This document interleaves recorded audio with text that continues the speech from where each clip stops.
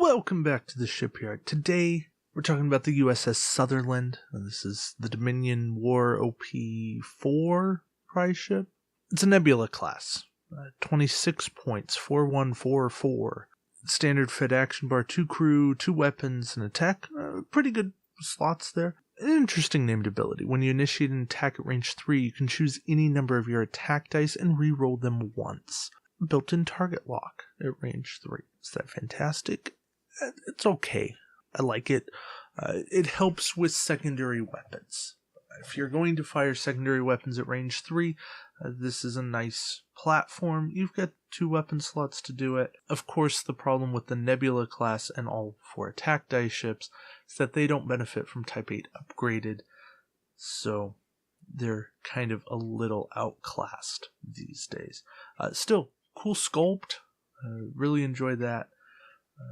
Decent maneuver dial here. Not fantastic, but 2 turns are white, 1 reverse. Always nice to get the reverse. But again, 90 forward arc only, and that does a lot to hurt as well. It is a candidate for dorsal phaser array, but that doesn't solve all problems. And it's 5 points. So the generic, you lose the shield. You lose a weapon slot on this version. The Phoenix generic is different, but this version at least has 2 crew. And of course, the named ability. Boy, if you're not running the Sutherland, I don't see much reason to run a generic Nebula. That's just not really worth the points. Our 1 captain is Data, skill 4, talent slot, 2-point Data. Good value, so there's always that. Named ability, though, just thematic, though. Action, disable one of your crew upgrades and one of your weapon upgrades. Target all cloak ships. At range 1 to 3, they immediately flip their cloak tokens to red.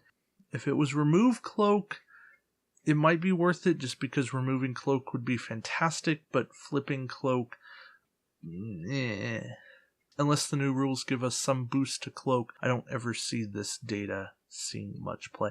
Maybe a little bit of mission play when you know your opponent's coming in with cloak, but outside of that, just no. As far as upgrades go, we get a talent, disobey orders, 2 points, so always nice to get cheap talents. And you can discard this card at any time between phases to replace an evade scan battle station with an evade scanner battle station token. If it truly worked at any time, that would be fantastic because you could swap out in the middle of the combat phase, a la Copilot, but sadly this one was hurt by the at any time ruling, which was only really needed to fix transwarp signal, which isn't even at any time. It's just a card that doesn't have timing on it at all. At any time really just needs to work at any time. Then things like this actually work. Because swapping at any time doesn't break the game in any way. It's not even overly powerful. I'll get off my soapbox. Christopher Hobson, 4-point crew. Action, gain +1 attack die when firing at a cloak ship. If he wasn't an action, he'd be slightly overpriced. Slightly. Since he's an action, he's ridiculously overpriced. Yeah, this was in an era when they didn't quite understand card pricing. But what you gonna do? Hobson's just a card that isn't gonna see play. He's just not. And that's okay. Even if you know that your opponent's cloaking and you're running the Hood or the Enterprise A, your action is not going to be to get 1 more attack die. It's going to be to scan, to get battle stations, to evade. You're going to evade before you get 1 more attack die. That's where we're at in this game. But more so, you're just not going to spend the 4 points on Hobson. Anyways, the tech is high energy sensor sweep. One of the very few cards that they've reprinted from a prize ship into a retail ship, excluding all of Thalia 1, because that just doesn't count. May actually be the only card that they've done that with. If there's more examples, somebody let me know. I can't think of any. But it's a cool tech. After you move, disable 1 active shield. Gives a number, says active, so you gotta have it in order to do it. And you get a free scan action. Little bummer that it's a scan action and not a place a scan token, but free action, that's fine. We can live with that. 5 points, a little pricey, but if you really need that scan economy, this is not a bad way to do it. It enables some builds, and that much is cool.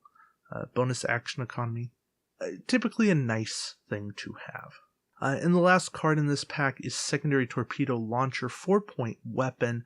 It can act as its own weapon. It's a 4 attack die range 2 to 3 card, or if you've already fired another torpedo at an enemy ship in your forward firing arc, you can use this weapon to make a second attack with 1 less attack die than the torpedo you used. So there's that. I like that. You don't have to use a second target lock, so that's pretty cool. Actually, I'm just thinking of this, and I'm kind of surprised nobody ever tried to exploit this with transphasic torpedoes from Voyager. Although the goal there is to not leave your opponent alive. So that may be overkill. But chronoton torpedoes, that would be actually a really good thing, because sometimes you just do enough damage to wound them but not actually kill them. So a follow-up wouldn't be a bad thing whatsoever. Thoughts there? Sometimes I surprise myself and come up with ideas on the fly. Anyways. Overall, the Sutherland, neat sculpt, but if you like it, go get the Phoenix. That's a much more reasonable price point. As for what's here, you're buying this for Secondary Torpedo Launcher, the named ability on the Sutherland.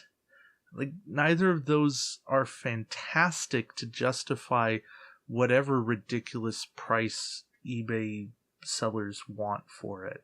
With high energy sensor sweep being a retail card now, I can't justify telling you to go buy this. Like, if you really want it, if you're really a completionist, then okay, I guess I get it. But let's have some perspective. This prize ship brings no value to competitive play. Secondary Torpedo Launcher, maybe a little bit, but not much.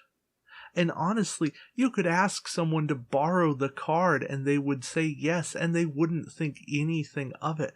I don't even remember the last time I used Secondary Torpedo Launcher.